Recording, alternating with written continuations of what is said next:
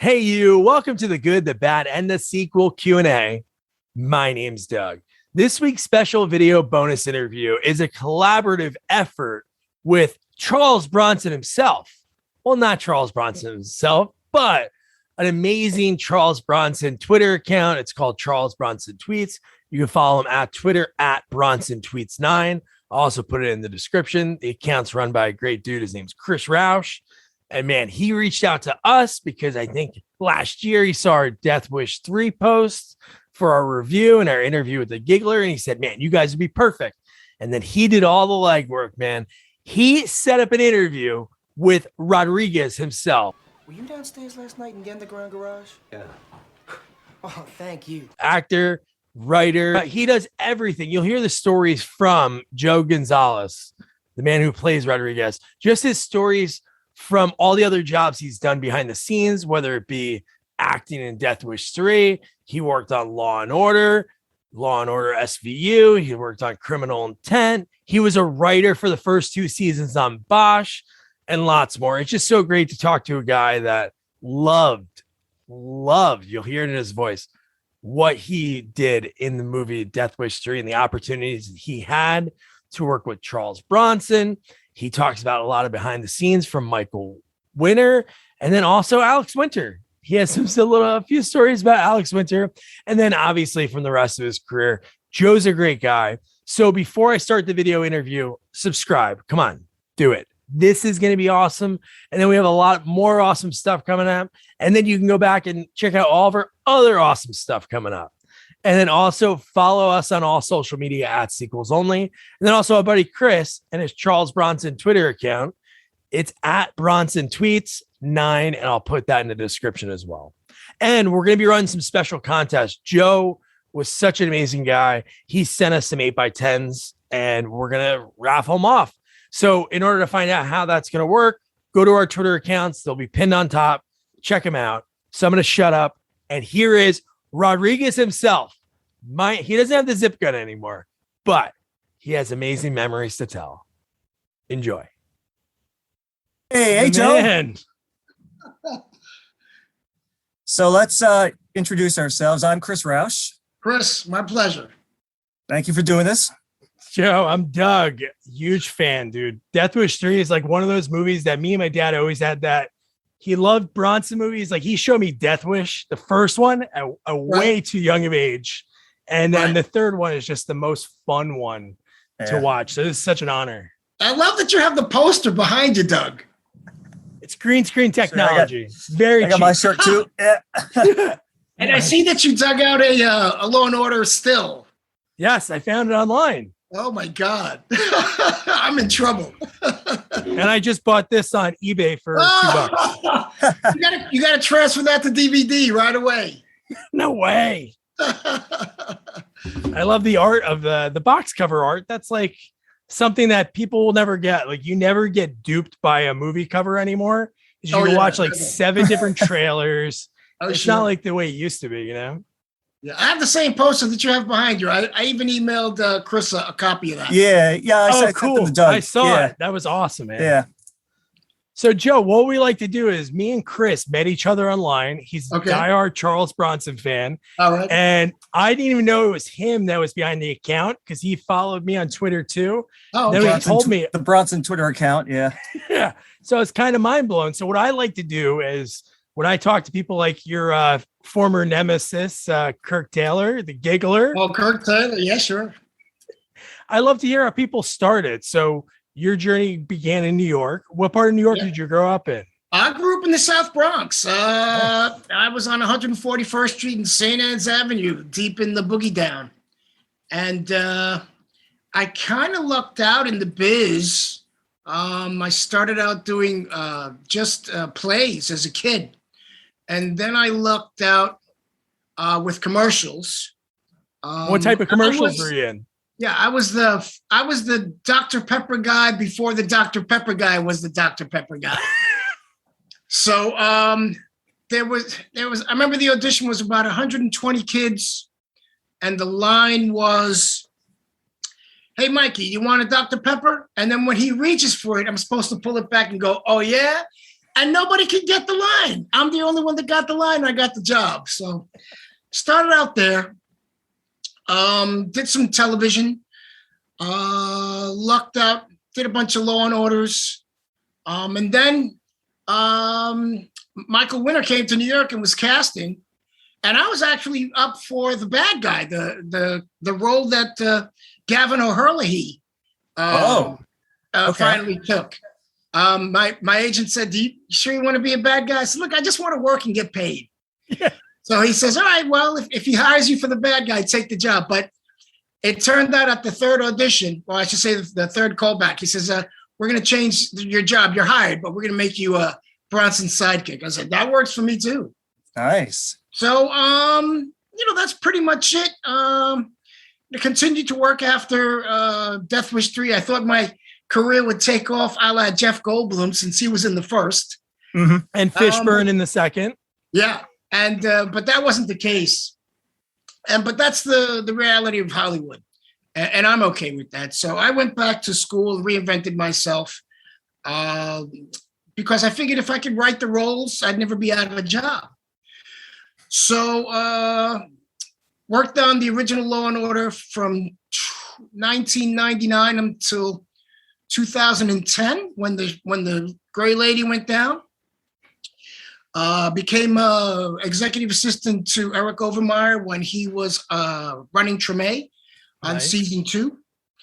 Ended up working for him on Bosch for I Amazon love Bosch. Studios. I'm a So huge Bosch fan. Yeah. It was what a great experience. Worked on seasons 1 and 2. I worked with some amazing writers, Andrew Schneider and Diane Froloff, George Pelicanos, William Fords, Eric himself, Eric O. A bunch of great writers on that show. And I learned more in that first season than I did in the 2.5 years of film school. Wow. So, and the same thing with being on the set at Law and Order. I learned more in that 1 year as a PA than in the 2.5 years at film school, and kind of got mad at my film school after that. Yeah, that's the only way to learn, really. Is just tell me about it. Hands on, yeah. How old were you when you got the role of Death Wish? Were you late 20s, maybe? I would say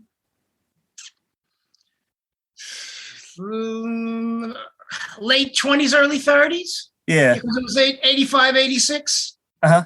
And we shot 4 weeks in Brooklyn. And then we shot 7 weeks in London. The production just upped and moved. We were at the neighborhood of Elephant and Castle.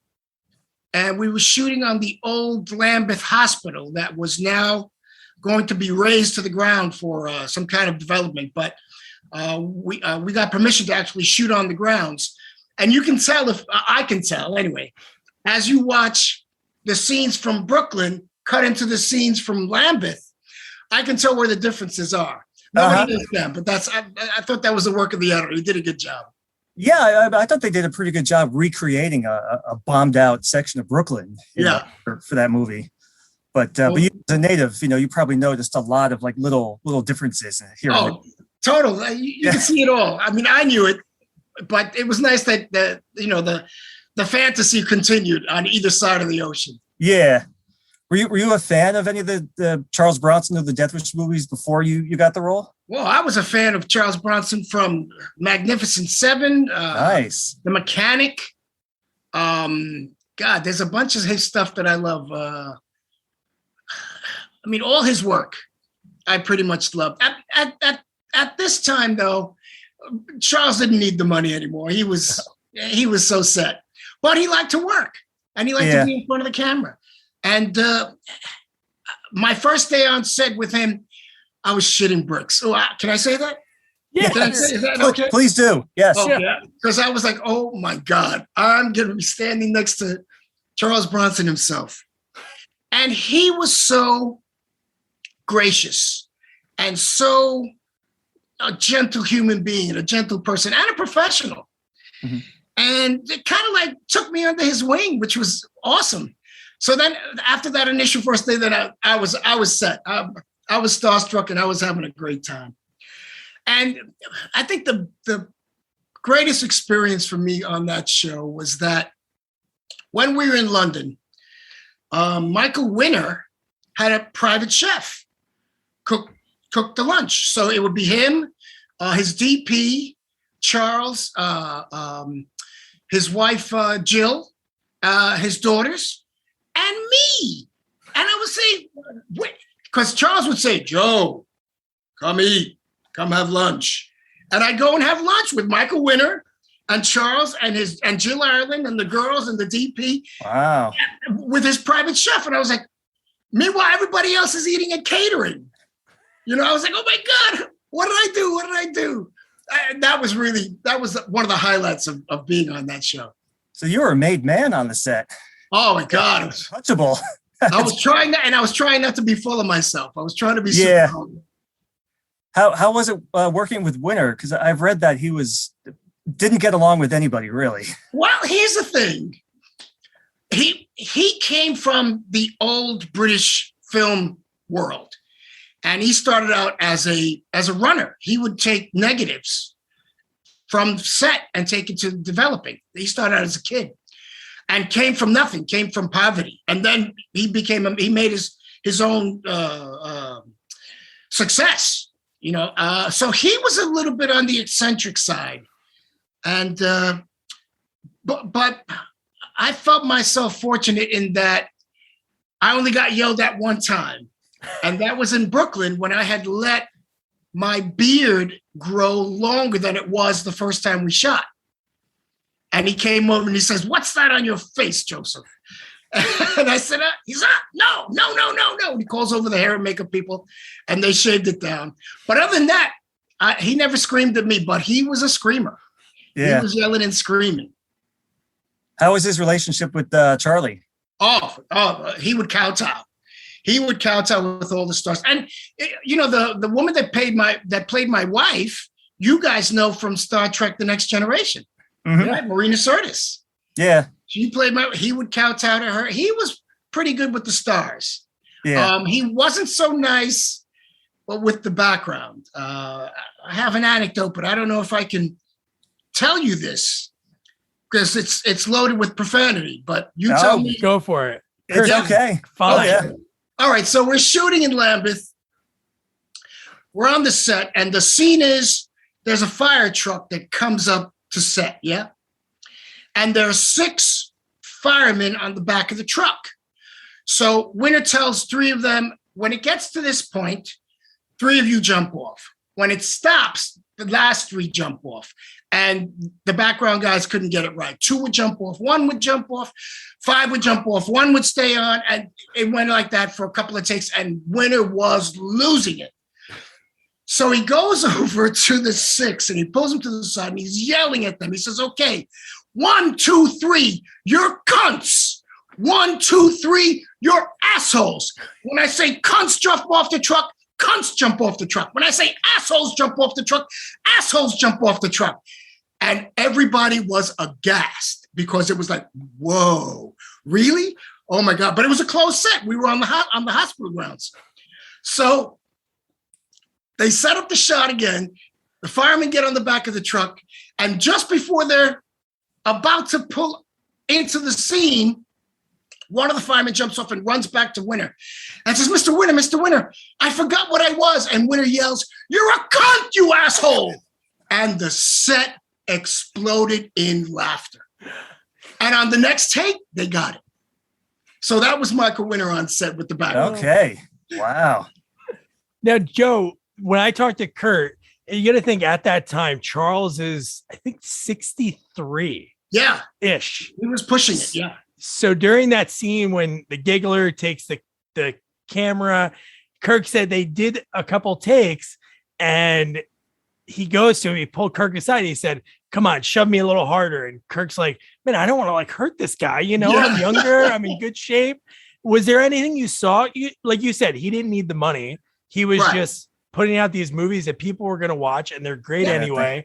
Canon knew that he was the vehicle. Yeah. He carried them for 5 films. He did. Yeah, Golan and Globus, those producers, those Israeli producers. He carried them for a long time.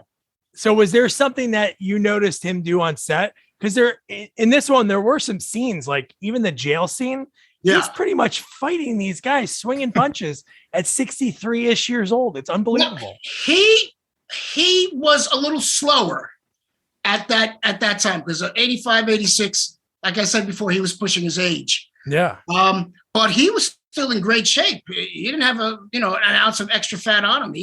He had a washboard and everything. And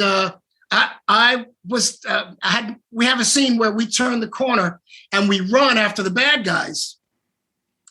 And I slowed down because I noticed that I was just a little faster than Charles. And I said, don't embarrass him. I'm saying to myself, don't embarrass him. Don't embarrass him. So I just slowed down so that he could keep up.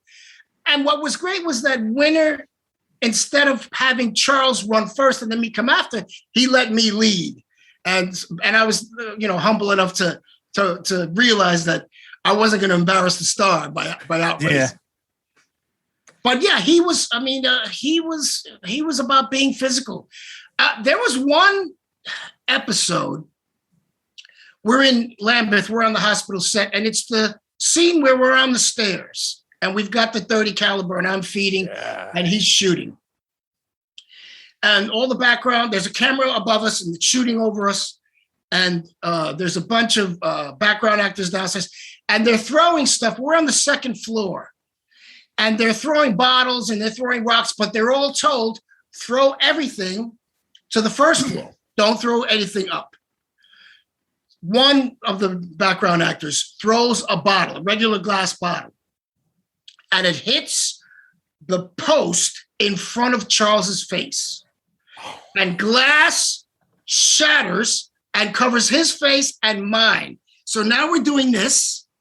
Right. And Winter is freaking out because we don't know the extent of, the injury. Is anybody injured? So Charles doesn't have any injuries. I don't have any injuries, but Charles saw who threw it, pointed him out, and that person was gone in the span of 5 minutes. He was gone. So I was like, oh, wow, star power. Okay, I get it. He's the guy who got shot first. He might not have. I don't even think he even made it into the film. He might have made it into the film later on, but in the editing. But when we shot that, he was gone right there in that. He was escorted right off the set. Yeah, it looked like a lot of fun. Like, especially guys were just running around with that giant, big ass gun, just mowing people down. It was so much fun. The only regret I had was that they gave me that little shotgun zip gun. Yeah, what was that? Something. Give me a revolver or something. They gave me that little ghetto shotgun, pump shotgun thing. I was like, come on, guys, give me a gun. But it worked. You saved Kersey's life with it. Yeah, absolutely. I blew somebody out of a window, I think. Yeah. And how about like the stunt wise, like those movies? That's why I love 80s films, because there is so many parts of this movie when you get the guys, when you guys are mowing them down, when they're in the fire escape and you see the guy get shot and they do like the toe walk over, when you were talking about the fire truck, when that building's burning and you see people still in there when it's all smoke and jumping off. What was it about that he wanted to do, Winter? He just wanted to add a little gravitas to it. There was one scene. I came to set on a day when I didn't have to work. I just wanted to watch the stunt guys work. Nice. And there was one stunt guy who gets blown out of a window, rolls down an incline of like an eave or a gable, and then down onto the floor. And he was like the best stunt guy they had. And when he came off of the eave, the angled eave out of the window, he missed the cushion and caught himself halfway. So half of him made the mattress and the other half missed. And we heard it was the wind was knocked out of him, but it was this sound like, and we thought he was dead because of the height that he came down. And then we all rushed toward him and he was okay, but it was the scariest thing. And Michael Winter would push the envelope with the stunt guys. But that guy scared the hell out of me because I thought he had just killed himself. Yeah, I can't think of his name right now, but he wrote a book about his career in the stunt industry. And he wrote a lot about that particular stunt where he got hurt. Yeah, I was there. Yeah, that's Yeah, great. and I thought great for him. I just witnessed a colleague lose his life on set. Yeah, yeah. But you worked with a lot of other great people like Martin Balsam, who was an Marty Boston was fun. Ed Lauder, he was Alex fun. Winter, yeah. Alex Winter was really always good made me cast. laugh. Tony Spiridakis. Yeah, but here's the thing: the most fun I had was with Gavin O'Hurley, and Gavin is Ed O'Hurley's son, right? And Ed O'Hurley, you'll know from Failsafe, Sidney Lumet's movie Failsafe. He plays General Black, and he also plays the head of the corporation in the first RoboCop, the one that fired. Oh yeah. Oh right. Okay. That's Gavin's dad. Ah, okay. So Gavin O'Hurley, he comes from Hollywood royalty. Oh, I never knew that. The days that Gavin didn't work and I didn't work, Gavin lived on a houseboat on the Thames. And he says, come on, Joe, we're going to take the boat for a ride. And we would go up and down the Thames on the houseboat and eat and drink and just have a great old time. And when I wasn't working, I was the biggest tourist out. I would go see everything I could see. Went down to Brighton. I went to Stonehenge. I did the military museums.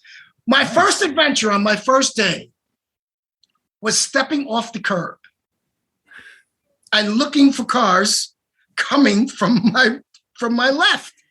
Yeah. Jump back. Oh my God. And the driver that picked me up at the airport was such a gracious guy, hardworking Brit. He says, he picks me up and you know how you travel from east to west. I'm sorry, from west to east. You travel at night, right? So my flight took off at 7 p.m. On whatever night that was, and then landed the next morning in London. So I had a great flight, British Airways. I was drunk as a skunk. And I get to customs, and they say, so are you here for business or pleasure? And me, I'm pumped up. I'm going to be on a movie with Charles Bronson. I'm here for business. And the customs guy says, great, let me see your work permit. Oops. My what? Work permit. Instant sobriety. Instantly sober. I can't get into the country now. So luckily, the producer turns the corner and he says, oh, I've got it. And he brings the work permit over. Get in the car. Guy takes me to my hotel, drops me off, and he says, Joe, are you working today? What are you doing? I said, nothing. I'm just, I'm here. He says, why don't you come to my pub? Oh my God. Wow. So I go to the pub and he introduces me to his neighbors, all the people that live in the neighborhood and all the people that he goes drinking with. So me, I was earning more in per diem than this guy was earning in a week. Right. And I didn't let him know that. But what I did is I went to the bartender and I said, what's the custom here? Like for tipping and all that stuff. He says, no, you want to buy people a drink. I said, okay, cool.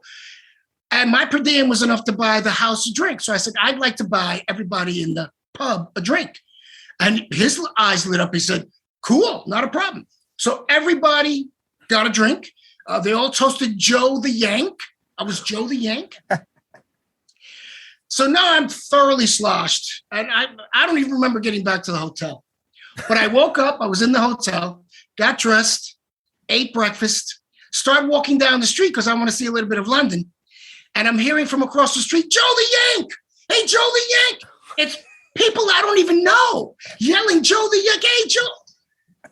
I'm Joe the Yank. In those 7 weeks in London. The best experience I ever had, the most fun I ever had. That sounds like a blast, yeah. Oh, it's so good.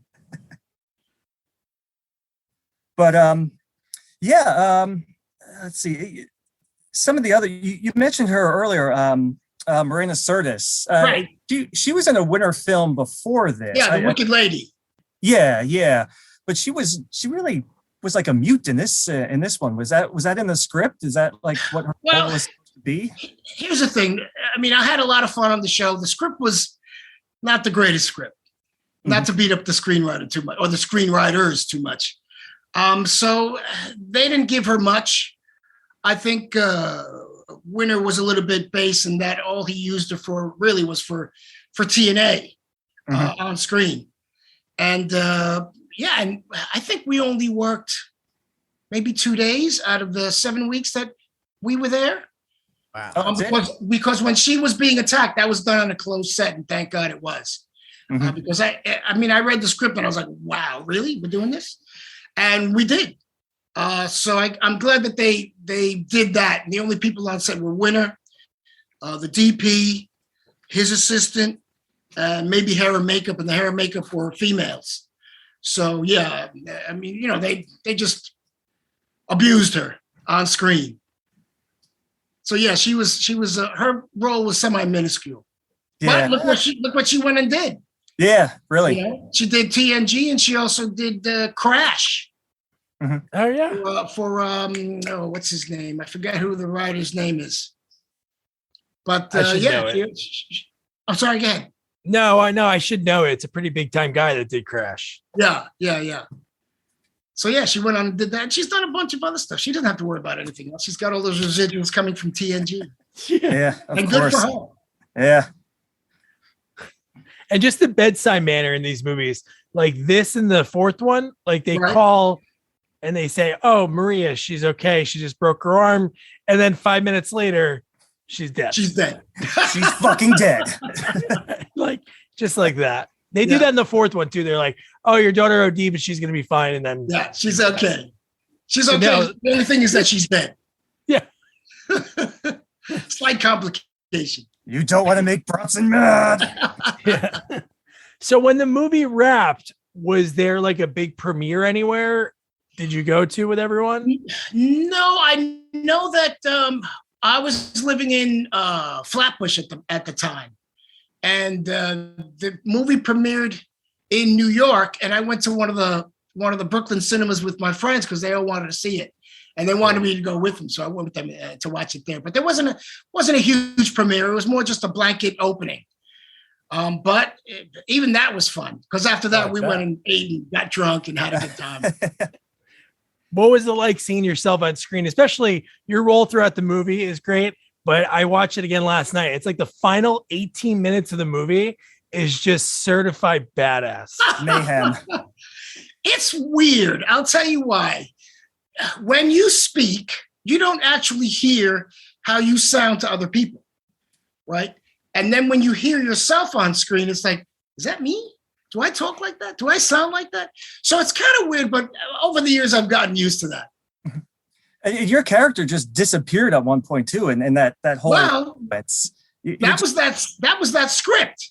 When Yeah, okay. I remember the line was, "I got to get up more ammo, or I'm out of ammo." Yeah, more bullets. Yeah, you ran out of bullets. shells. And I run Yeah. off, and I'm looking. And at that the was it. script, I'm reading the script and saying, "Well, when do I come back?" And it's almost the last scene when he's driving out, and I'm leaning up against a lamppost, Yeah. you know, with one of the kids at my feet, and I was like, "Really? Okay, well, you're paying me. I'll take it." Was that supposed to be your son? I was never. No, I don't know. He was just one of the neighborhood kids. Okay. Supposed to be one of the neighborhood kids. Okay. Yeah. But just the music at the end too, because it's already cool. But then when you have to go get the bullets, and then Ed Lauder shows up and saves them, and the way they're turning the corner, it is like watching like a Bronson like old school Western just set in New York. It's unbelievable. It's kind of a revenge Western if you think about it. You know, pretty much that's what the premise is. But all this was predicated by Bernie. What was his name? Bernie Getz. Bernie Getz. Yeah, Bernard Getz doing his thing on the New York City subway. And then somebody wrote a book, and then they adapted the book for the first Death Wish. For the first Death Wish. Yeah. Yeah, I even think people compared Bronson to Bernie Getz in a way. He publicly said, he's like, no, that's not me. Don't do this. Well, people don't do this. In one of the photos I sent you, Chris, it's from the Daily News, and the heading is, Yes. "I'm not a vigilante." Yeah. Yeah. So people were, probably trying to identify him with Bernard Getz. He says, "I'm not this. I'm an actor." Yeah. Did you keep the zip gun from the movie? No, that was a prop that I was not allowed to take home. I don't think I would have been able to bring it on the airplane anyway. Oh, that's true. Back then, but who knows? Yeah. Did you take away anything else? Anything from the set? No, just the posters and the one sheets, the photos that I sent you. I took a bunch of those home. I had a stack, and I gave them out here in New York. Oh, nice. I just gave those out. I had a stack of the ones of Charles, not the one that Doug has behind him. It's the one where he's shooting right and I'm looking left. Oh, okay. It's that photo. Okay. So I gave those, and people keep saying, "Do you have any more? Do you have any more?" I couldn't believe how big the fan base was. It was massive. Yeah, I mean, this movie's wild. It's always the people I talk to online who are Charles Bronson fans. This is always like their top 3 movie. It's definitely one of mine. Oh yeah, it was a ton of fun, even though the script wasn't the greatest. But yeah, I never had so much fun on a set before. Yeah, like Charles's line when he says "chicken, chicken's good." I like chicken. Give me more chicken. That's good chicken. Man. He shows up. He shows up on the date. And he's like, the guy at the store said this wine was very good. He was great. He was what a great guy to work with. Oh my God, what a gracious actor. I mean, I've been in this business since forever, and I've seen actors that are not so nice, and then actors that are superhuman beings, and he was one of those. Wow. Was he approachable to people like for people who were watching on the set? The crew and the actors could approach him. And we had on occasion on some of the sets it was open to the street. But they were cordoned off and people were yelling and screaming and every once in a while he would go over and sign autographs and then come back and work. But they kept that to a minimum, and he always had a bodyguard on set. There was always someone to take care of him and Jill and the girls as a just in case. Because you never know. There's always some psycho out there. Might try something stupid. Mm-hmm. So then after that, in between there, the next movie on your IMDb, which I'm sure were you doing theater at all still? I was dabbling here and there, but I was trying to concentrate on the writing aspect of it. Nice. When I was at Law and Order, I started out as a set PA, and then I did that for a year. And then after that year, I said, well, this is good. I know what this is about. Let me go see what else is happening. They kept calling me back. Law and Order kept saying, we need you, we need you, we need you. Nice. I ended up working for the camera department. I ended up working for the art department. I ended up working for the locations department. I ended up working in the production office as a production PA. I ended up as the production secretary.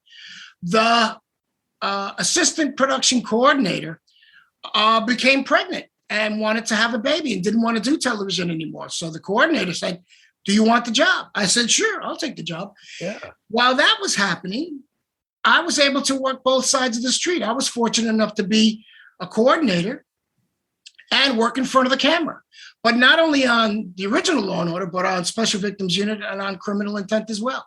So I was able to work both sides of the street, and I was very happy that I could do that. I'm a Writers Guild member, and I'm also a Screen Actors Guild member at the same time. Nice. But all that time, I was working on my writing. I wrote 2 specs for the show. There's a director who gets his 4th Iraq-themed script, and he doesn't want to do it because he's tired of doing Iraq-themed scripts.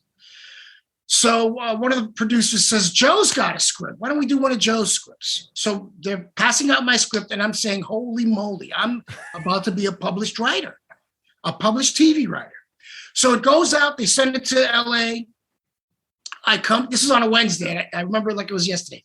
I come in on Thursday morning, and one of the executive producers calls me into his office.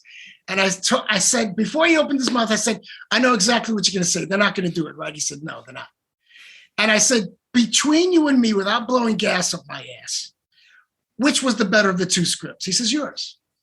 I said, that's all I needed to know, because, I mean, the politics of dancing in the business is what it is, right? But I knew that my work could get me work in the business. So I knew I was on the right path. So I was in a good place. I was in a good place to work there. Nice. That's great. And then you also had just were they recurring characters? Sergeant Martinez, they were kind of, you were on the scene whenever there was a body. Because I watched a few of those episodes, and like whenever there was a body, you would show up. Yeah, the recurring on the original was Sergeant Martinez. Although I did a couple of other things. I was a parking lot attendant, and I remember doing an episode of Criminal Intent. And we're shooting out in Brooklyn, and it's Friday. It's the last day of the episode. It's Friday, and by Friday, everybody's fried, and it's a night shoot, right? So it's the Bells, Richard Belzer, and Ice-T, right? So now they come up, and it's the last scene, and it's the only scene that I'm working on. I'm playing a bartender, and they're digging for information. So the director comes up and he says, all right, Gonzalez, don't fuck this up. All right, we're all tired. We all want to go home. So don't you mess up. And then Belzer comes over. He says, yeah, that's right. Don't you mess up. And then Ice-T jumps in and says, yeah, you better not mess this up. Pressure, right? So we go and we roll sound, we roll camera, and I nail the scene. Nail it, right? And now the director and Ice-T and Belzer are saying, shit, he nailed it. What do we do now? Take two. And I nailed the second take as well. Then we turned around on the cops and we were out of there. It was fun. Very nice. Yeah, oh yeah. Some great directors. Gus Macris, who's gone to a ton of things. Chris Misiano, who was big on The West Wing. Oh, nice. David Platt. Oh my God, Dave Platt, who started out as a sound guy on New York Undercover. One of Dick's first shows. He became a big-time director. And that was all because of Ed Sheeran, who let all, Ed Sheeran, the director, not the musician, who let all those guys, come up through the ranks. There were guys that were grips and guys that were electricians and guys that were sound guys. And he all gave them a shot, and they've moved on to bigger and better.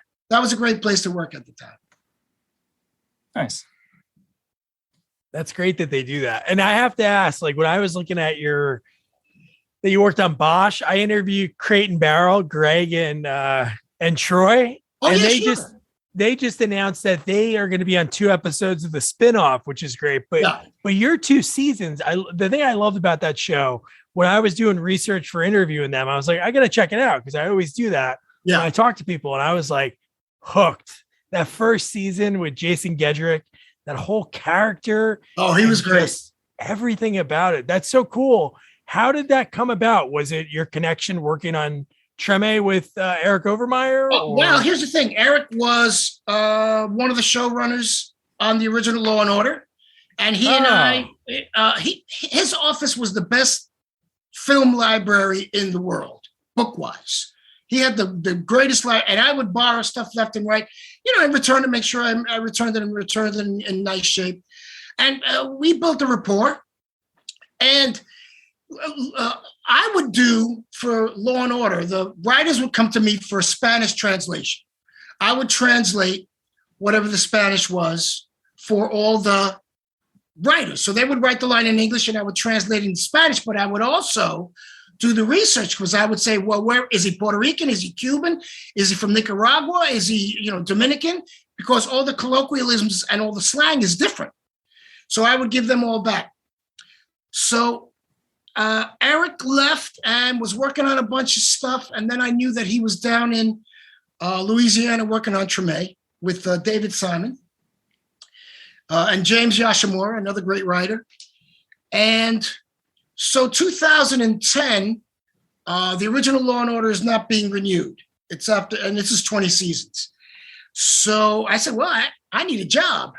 So I emailed Eric when Treme got picked up for season 2. And I said, hey, I heard you got a pickup. I'd love to write for you. And he emails me back. He says, I don't have a slot because they're all taken, but do you want to come down and be my assistant? I'm in Louisiana. Yeah.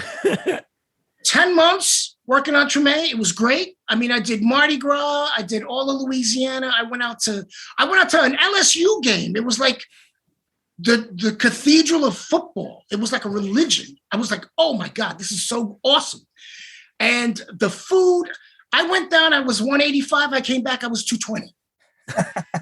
Okay, so that's how great the food was. So I worked with Eric that one season on Treme. And I come back to New York 2011, and my mom is now terminally ill. And so I took a break from the business to take care of mom. Mm-hmm. And mom transitions, and I said, okay, well, I got to get back on the horse. And I see that Eric is doing Bosch for Amazon. So I email Eric and say, hey, I'd love to write for you. He says, we should talk when I'm back in New York, because he was in LA working with Mike Connolly, the novelist. And they were putting together the show Bible and the pilot episodes. So he comes back to New York. He says, hey, let's go have coffee. So we go have coffee. So I'm thinking, no, because what he emails me while he's setting up the pilot is, can you translate the Spanish for me? I said, yeah, not a problem. Just like I did on Law and Order. Did the translation for him, sent it back. He verifies it with the Mexicans because they're Chicanos, and that slang and those colloquialisms are different, right? So Eric asks the actor that's speaking the line, he says, is this correct? The actor says, yeah, absolutely. So I was proud that the actor verified my bona fides. So Eric comes back to New York and he says, and I'm thinking it's more, he says, let's talk. I'm thinking it's more Spanish translation. So we're waiting for his daughters to come out of ballet class. And he says, how would you like a job as a staff writer? Mm-hmm. Yeah. Hello. Yes, absolutely. Absolutely. And those 2 seasons were probably the best education, number one, but the most fun I had as a writer. They elevated my work because I imitated what they were doing. And the writers were just amazing. Like I said before, Pelicanos, Andy Schneider and Diane Frolov, who are now running Chicago Med, with Apatha and with Oliver Platt, who I studied with Julie Bavasso. He and I were in the same acting class. No way. David Simon down on Treme, James Yashimura, who wrote an episode that won an Emmy called Subway with Vincent D'Onofrio. And it was featured on a PBS doc where they compared Subway with an episode of Nash Bridges. And Subway was miles ahead. And the script was so much better. And Nash Bridges won the night in the demo with the ratings. And I was like, really? Well, I guess people like crap as well. So, but Jimmy Yashimura, great writer. David Simon, amazing writer as well. We even had Anthony Bourdain come down because a lot of the stuff in Treme was about food. So Anthony Bourdain came down and he was a consultant on one of the episodes. And like I said before, the food, oh my God, the food just was on and on and on. It was amazing, truly was. What a great experience on Treme. Do you prefer writing to acting? I have a passion for putting words on paper. Mm-hmm. And the best feeling is when you have an actor saying your words. I can't explain how it feels, but it is an amazing feeling. The second great thing was that on my episodes, you usually write Heard on your episode, right? So I was writing Heard on my episode. And I had Titus Welliver come over to me and say, hey, Joe, this line, I know you want to pay homage to one of your friends because you're giving that name one of your friends, right? I said, yeah, I wanted you to, I'm giving Jerome Williams, some kudos. And he says, do you mind if I change the line? And I said, tell me what you want to say. He tells me.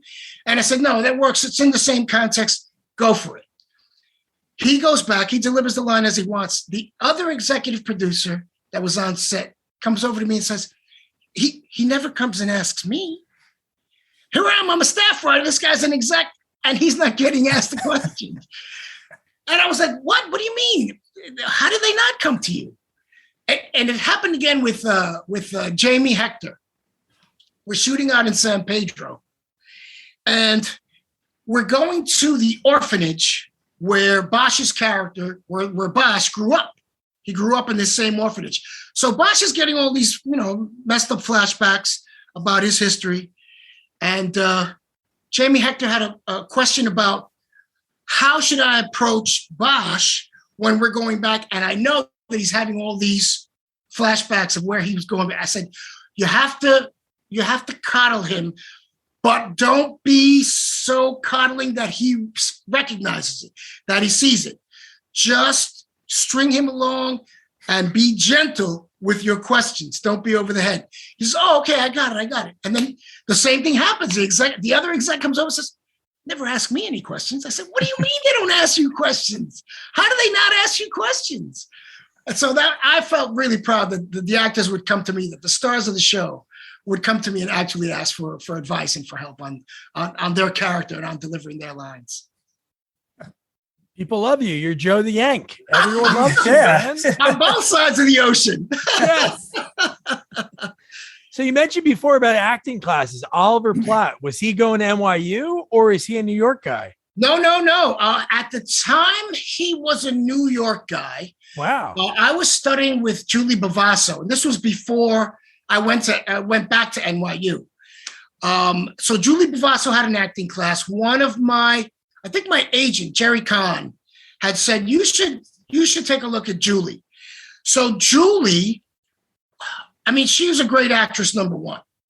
But number two, she knew how to get the performance out of you. I remember my first day there, there was, you presented material. And there was an actor who wanted to do poetry. And Julie said, yeah, okay, not a problem. The actor reached into a bag and pulled out a bunch of poems on paper. And Julie said, no, not on paper. If you do it from your head, it's okay. And the actor was saying, I don't know it. And Julie said, hold on. Julie goes to her bag, pulls out the check from the actor, goes over to the actor and says, you don't want to be here. You don't need to be here. I don't need your money. Thank you very much. And that actor was done. So she, for lack of a better word, she was so real and she was not full of shit and she wouldn't allow you to bullshit her. And she knew exactly when you were trying to. So she would cut to the quick. She was like the female version of Bill Hickey. She could cut right through. So Oliver Platt was in the class. Anthony Dennison, who did Crime Story in Chicago with what was the actor that was on our show?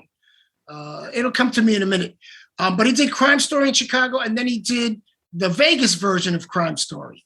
So Anthony Dennison was in my class. And it was great working with those guys. On occasion, John Turturro would come in, and she would have other actors come in. It was an amazing place to exercise your acting muscle. But I always had a passion for putting the words on paper, always. Mm-hmm. Cool. You still, obviously you're always writing. Yeah. Are you writing anything right now? Do you write more like TV series, like pilots, or are you trying to write any like movie scripts? Oh, well, here's the thing. I have a supernatural thriller that's been optioned twice. Wow. The producers that do, the supernatural horror thriller genre love the material, but I've yet to have one of them actually pull the trigger financially. So I know my work is good if I'm attracting their attention, number one. Number two, I continue to write pilots. My genre is more psychological crime thriller. So I've got a couple of pilots in the pipeline. I wrote probably the best thing that I wrote, and this is while I was on Bosch in California. I was sitting with a friend having an ice cream, and I looking across the street, and there's a church steeple cross at the top. And it hit me. I said, what if Jesus was to actually come back in human form? Uh-huh. What would that do to, number one, Christianity and Catholicism? But what would it also do to the political landscape of that industry? And what would it do to the worldwide industry of religion? So I wrote a pilot, and It was anonymous content that took a look at it and loved it, but they couldn't get anybody to come on board with it. And it's the second coming.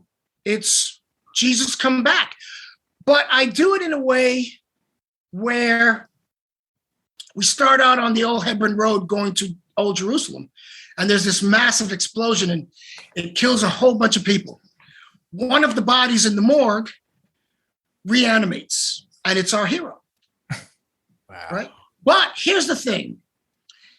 He doesn't know where he is or what's going on. He's in this modern building with modern things. He even has trouble opening a door because he doesn't know how to open it. Makes it outside of the building, and all of a sudden he gets this cacophony of cars and trucks and all this traffic, and it overwhelms him and he faints. Now they bring him back to the hospital, but now they cannot find any record of him at all. There are no records, anything. There's no internet record. This guy's an enigma, right? And he's armed with, I arm him with a few more tools in that he learns languages super fast. And he also has the power to heal by touch, right? But when he does that, what happens is that he kind of goes into your brain and sees you from the inside, right? And learns everything about you that way. So what happens is that he gets, so now the Mossad and the Israeli Secret Service don't know what to do with this guy. So they bring in the CIA and they say, do you have this guy? Never saw him before. So what happens is he escapes with the help of a nurse, and now he becomes a fugitive, right? And I bring in the Arab Spring, and he's going through Cairo, and they're hunting him down. Now he becomes a fugitive. But while he's doing all that, he's starting to build a following. And it's not because he wants to, is that he's healing people along the way. And those people are saying, you have to meet this guy, but nobody knows where he is or where he's going. So it becomes a thing where I finally get him out of Egypt, and I bring him around the world, and he continues to do his thing. And he becomes the most hunted fugitive in the world. There's a scene where the CIA is in with him at the hospital, and the CIA director or the CIA agent suffers a heart attack. And our hero comes off of the table, off of his bed, and heals him and brings him back to life, right? So now they're examining his blood, they're examining they're doing a full physical on our hero, because how does he have this power to bring this guy back? But after he escapes, he becomes the most hunted man in the world. Wow. And then I ended the series after about 5 seasons. And what I do is I have him on Fifth Avenue in front of St. Patrick's Christmas night, right? And he's surrounded by cops, and they're trying to arrest him, and they're all scared of him because they don't know what his powers are. They end up shooting him. They end up killing him right there in front of St. Pat's on Fifth Avenue. So they take the body back, and now they're trying to explain it. So they said, well, you know what? We should go back and re-examine the body. When they go back to re-examine the body, it's gone. Wow. All right. So that was what I'm pitching so far, and hopefully somebody will pick it up. Wow. Very nice. Yeah. Wow. That's cool. Yeah. Then I've got some other stuff that's out there too that I kind of like. I've got American Rabbit Hole, which kind of combines our current political state with someone undermining all the politics using virtual reality and psychotropics and psychedelic drugs.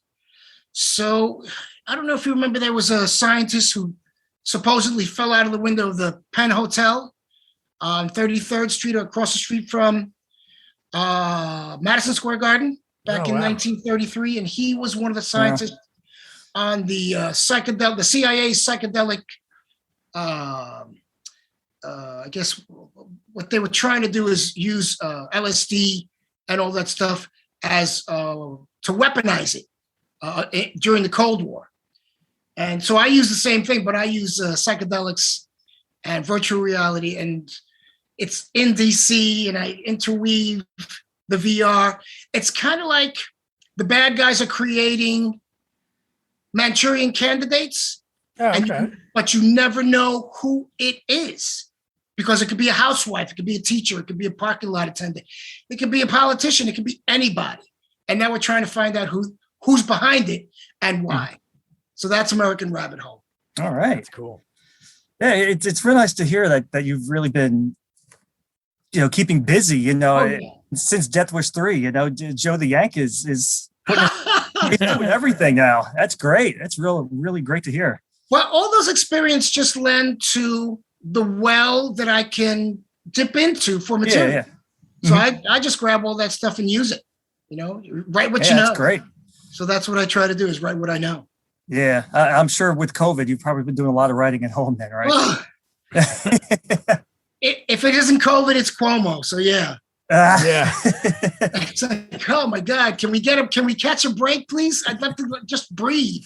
Yeah. Yeah, it's been pretty heavy duty. Yeah. Oh yeah. Joe, this has been awesome. One thing I always like to ask people is, obviously you love what you do, and you're destined to do it because you're passionate for it. Right. Was there any other things you had earlier on before you got into acting that you wanted to do, like career-wise? I think the acting bug hit me first, but at the same time, the writing bug hit me as well. Because if it's not on the page, you can't do it. Yeah. When I did Death Wish 3, and I said before, I thought my career was going to take off acting-wise. And when it didn't, I said, you know what it is? There aren't a lot of roles being written for actors like me to play. And if they are, it's the drug dealer or the maid or the super with the accent. Yeah. The worst was going into auditions and having the casting agent say, oh, that's good. Can you do it with an accent? I didn't just get off the boat. I'm born and raised New Yorker. Yeah. You're not asking the Italian actors or the Irish actors to come up with a brogue or with an Italian accent. They're Americans. I'm American too. Why do you want me to degrade myself? So there was a lot of stuff that I turned down because I just didn't want to be the dope fiend or the drug dealer or the superintendent anymore. So that was one of my passions. But there's where the writing kicked in. I said, if I can create the roles for me to play, never be out of a job. Mm-hmm. Yeah. But now with COVID, it's a little tougher. Yeah. Chris, you have anything else for Joe? This has been great. Definitely. Because now knowing your background as a writer now, and we're kind of making fun of some of the lines from Death Wish 3. What would you change? Is there something you would make different or change? I would bring me back after I left for ammunition. Oh, definitely, yes. That's what I would do as the writer. Yeah. I would bring me back, and then we could wrap up the scene. But like you said, I left and I was like, all right, where did I go? Yeah, and I never came back until the end. So I would make that change. Mm-hmm. Yeah, but we got so many memorable lines, like the chicken and the. Oh, my favorite is, do you remember the scene where Charles sets up the wooden trap in the window? Yes. And the bad guy comes in and you hear boom, and then and then they go over and he and the other actor that was in the show, Balsam. Marty Balsam goes over and they look at the board and there are two white chunks embedded in the board. And Marty says, "What's that?" And Charles says, "Teeth." That was the best. I thought that was I love that. And then the next scene's really cool because it's a really short scene during the day and then it cuts to night, but it's two cops and they're like, we're looking for a robbery suspect. He's missing two front teeth. So that was pretty good, actually. Yeah. Yeah, that was a really fun experience. I have to say, I never had so much fun working on a set in my life. That was probably the ultimate fun I had in working. And it wasn't like work. It wasn't like I was working. Yeah. I was just living on that show. It was great. Very nice. And in canon films, is great. It's like canon Chris to piggyback what Chris said earlier. Yeah. In the canon films realm, this is like the most popular movie.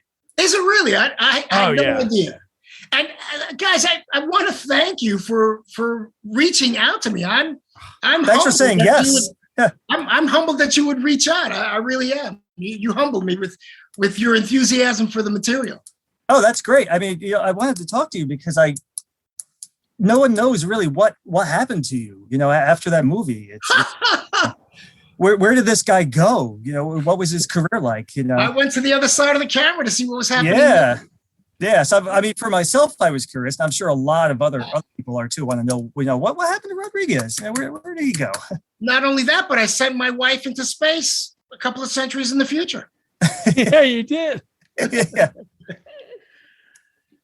Oh man, Joe, thank you so much for taking the time. Me and Chris are like so happy to be able to talk to you and just hear about. There's so many people I interview, like writers. You see, there's so many gaps. It's not like they're not writing. It's just so hard to get something.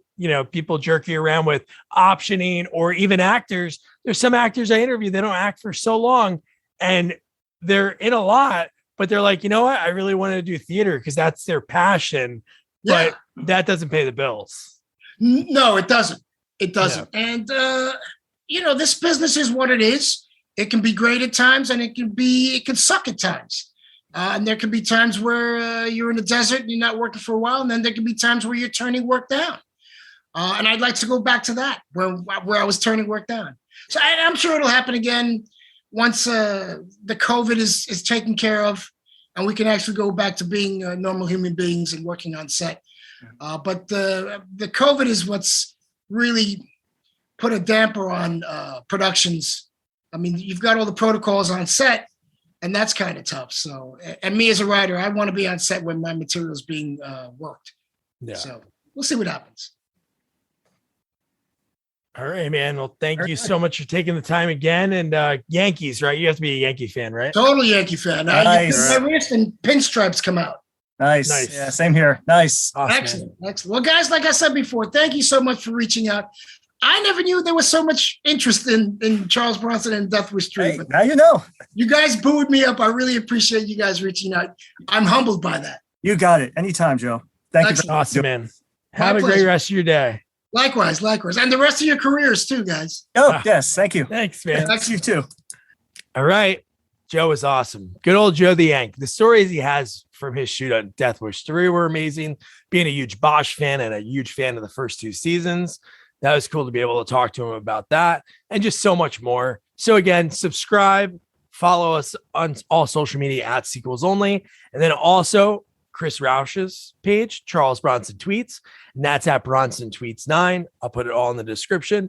And like I said, we're running some contests. We have a few 8x10 signed by Joe from the movie of this amazing shot right here. So get in on it. All right. Good night.